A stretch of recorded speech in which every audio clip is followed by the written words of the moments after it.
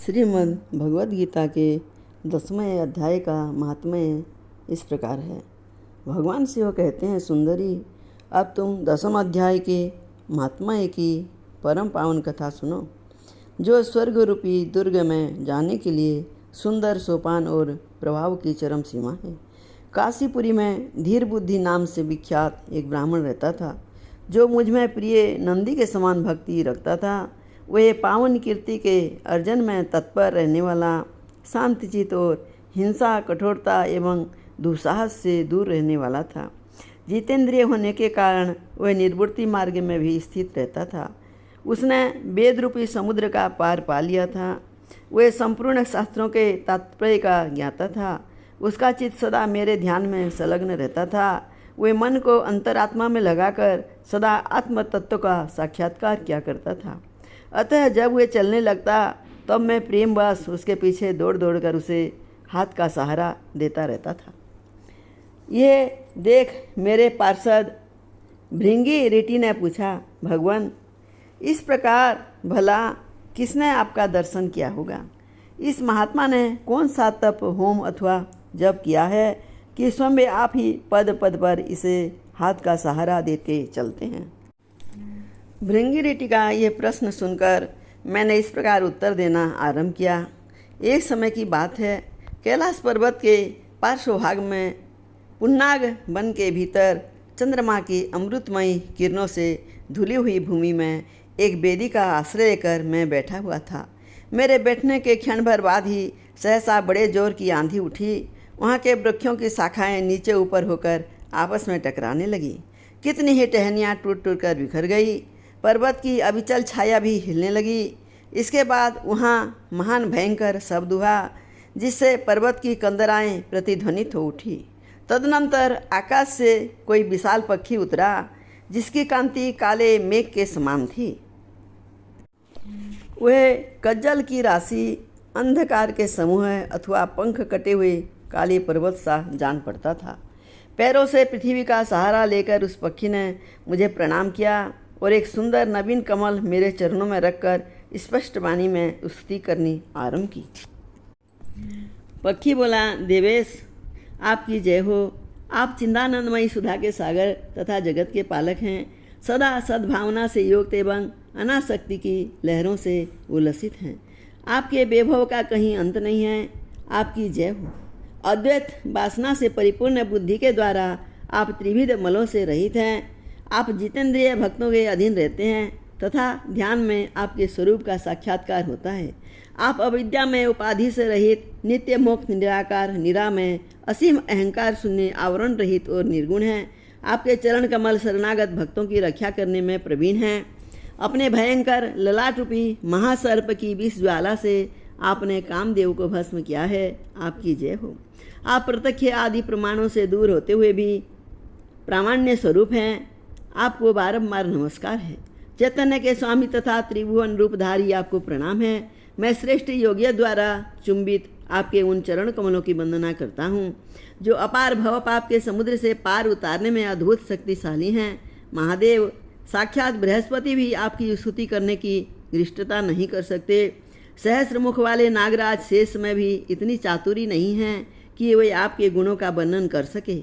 फिर मेरे जैसे छोटी बुद्धि वाले पक्षी की तो बिसात ही क्या है। उस पक्षी के द्वारा किए हुए इस स्रोत को सुनकर मैंने उससे पूछा, बेहंगम, तुम कौन हो और कहाँ से आए हो? तुम्हारी आकृति तो हंस जैसी है, मगर रंग कोया का मिला है। तुम जिस प्रयोजन को लेकर यहाँ आए हो उसे बताओ। पक्षी वाला, देवेश, मुझे ब्रह्मा जी का हंस जानिए। दुर्जटे, जिस कर्म से मेरे शरीर में इस समय कालिमा आ गई है उसे सुनिए। प्रभु, यद्यपि आप सर्वज्ञ हैं, अतः आपसे कोई भी बात छिपी नहीं है। तथापि यदि आप पूछते हैं तो बतलाता हूँ। सौराष्ट्र सूरत नगर के पास एक सुंदर सरोवर है, जिसमें कमल लहलाते रहते हैं। उसी में से बाल चंद्रमा के टुकड़े जैसे श्वेत मुरुणालों के ग्रास लेकर मैं बड़ी तीव्र गति से आकाश में उड़ रहा था। उड़ते उड़ते सहसा वहाँ से पृथ्वी पर गिर पड़ा। जब होश में आया और अपने गिरने का कोई कारण न देख सका तो मन ही मन सोचने लगा, हो, ये मुझ पर क्या आ पड़ा। आज मेरा पतन कैसे हो गया। पके हुए कपूर के समान मेरे श्वेत शरीर में ये कालिमा कैसे आ गई। इस प्रकार विस्मित होकर मैं अभी विचार कर ही रहा था कि उस पोखरे के कमलों में से मुझे ऐसी वाणी सुनाई दी, हंस उठो, मैं तुम्हारे गिरने और काले होने का कारण बताती हूँ। तब मैं उठकर सरोवर के बीच में गया और वहाँ 5 कमलों से युक्त एक सुंदर कमलिनी को देखा। उसको प्रणाम करके मैंने प्रदक्षिणा की और अपने पतन का सारा कारण पूछा।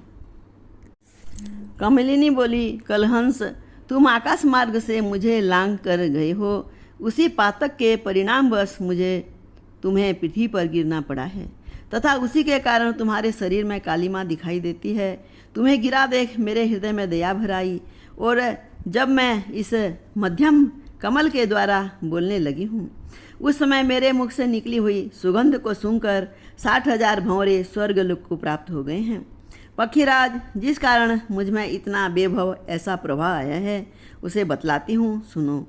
इस जन्म से पहले तीसरे जन्म में मैं एक पृथ्वी पर एक ब्राह्मण की कन्या के रूप में उत्पन्न हुई।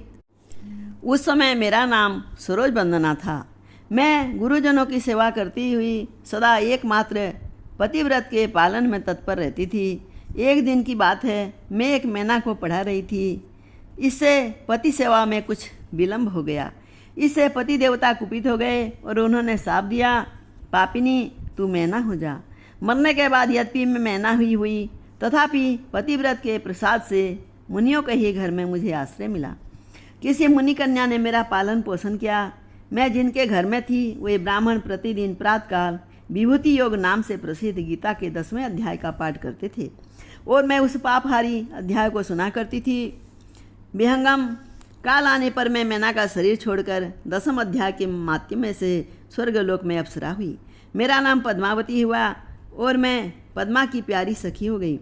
एक दिन मैं विमान से आकाश में विचरण कर रही थी। उस समय सुंदर कमलों से सुशोभित इस रमणीय सरोवर पर मेरी दृष्टि पड़ी और इसमें उतरकर ज्यों ही मैंने जल क्रीड़ा आरंभ की त्यों ही दुर्वासा मुनि आधम के। उन्होंने वस्त्रहीन अवस्था में मुझे देख लिया। उनके भय से मैंने स्वयं भी एक कमलिनी का रूप धारण कर लिया। मेरे दोनों पैर 2 कमल हुए, दोनों हाथ भी 2 कमल हो गए और शेष अंगों के साथ मेरा मुख भी 1 कमल हुआ। इस प्रकार मैं 5 कमलों से युक्त हुई। मुनिवर दुर्वासा ने मुझे देखा। उनके नेत्र क्रोधाग्नि से जल रहे थे। वे बोले, पापिनी, तू इसी रूप में 100 वर्ष तक पड़ी रहे। ये साप देकर वे क्षण भर में अंतर्ध्यान हो गए। कमलिनी होने पर भी विभूति योग अध्याय के महात्म्य से मेरी वाणी लुप्त नहीं हुई है। मुझे लांघने मात्र के अपराध से तुम पृथ्वी पर गिरे हो। पक्षीराज, यहाँ खड़े हुए तुम्हारे सामने ही आज मेरे साप की निवृत्ति हो रही है, क्योंकि आज 100 वर्ष पूरे हो गए। मेरे द्वारा गाए जाते हुए उस उत्तम अध्याय को तुम भी सुन लो। उसके श्रवण मात्र से तुम भी आज ही मुक्त हो जाओगे। यूं कहकर पद्मिनी ने स्पष्ट एवं सुंदर वाणी में 10वें अध्याय का पाठ किया और वे मुक्त हो गई। उसे सुनने के बाद उसी के दिए हुए इस उत्तम कमल को लाकर मैंने आपको अर्पण किया है। इतनी कथा सुनाकर उस पक्षी ने अपना शरीर त्याग दिया। यह एक अद्भुत सी घटना हुई। वही पक्षी अब 10वें अध्याय के प्रभाव से ब्राह्मण कुल में उत्पन्न हुआ है। जन्म से ही अभ्यास होने के कारण शेषवा अवस्था से ही इसके मुख से सदा गीता के 10वें अध्याय का उच्चारण हुआ करता है। 10वें अध्याय के अर्थ चिंतन का यही परिणाम हुआ है कि ये सब भूतों में स्थित शंख चक्रधारी भगवान विष्णु का सदा ही दर्शन करता रहता है। इसकी स्नेहपूर्ण दृष्टि जब कभी किसी देहधारी के शरीर पर पड़ जाती है तब वे चाहे शराबी और ब्रह्म हत्यारा ही क्यों न हो, मुक्त हो जाता है तथा पूर्व जन्म में अभ्यास किए हुए 10वें अध्याय के महात्म्य से इसको दुर्लभ तत्व ज्ञान प्राप्त है तथा इसने जीवन मुक्ति भी पाली है। अतः जब ये रास्ता चलने लगता है तो मैं इसे हाथ का सहारा दिए रहता हूँ। भृंगिरिटे, ये सब 10वें अध्याय की ही महामहिमा है। पार्वती, इस प्रकार मैंने भृंगिरिटी के सामने जो पापनाशक कथा कही थी वही यहाँ तुमसे भी कही है। नर हो या नारी अथवा कोई भी क्यों न हो, इस 10वें अध्याय के श्रवण मात्र से उसे सब आश्रमों के पालन का फल प्राप्त हो जाता है। जय श्री कृष्ण।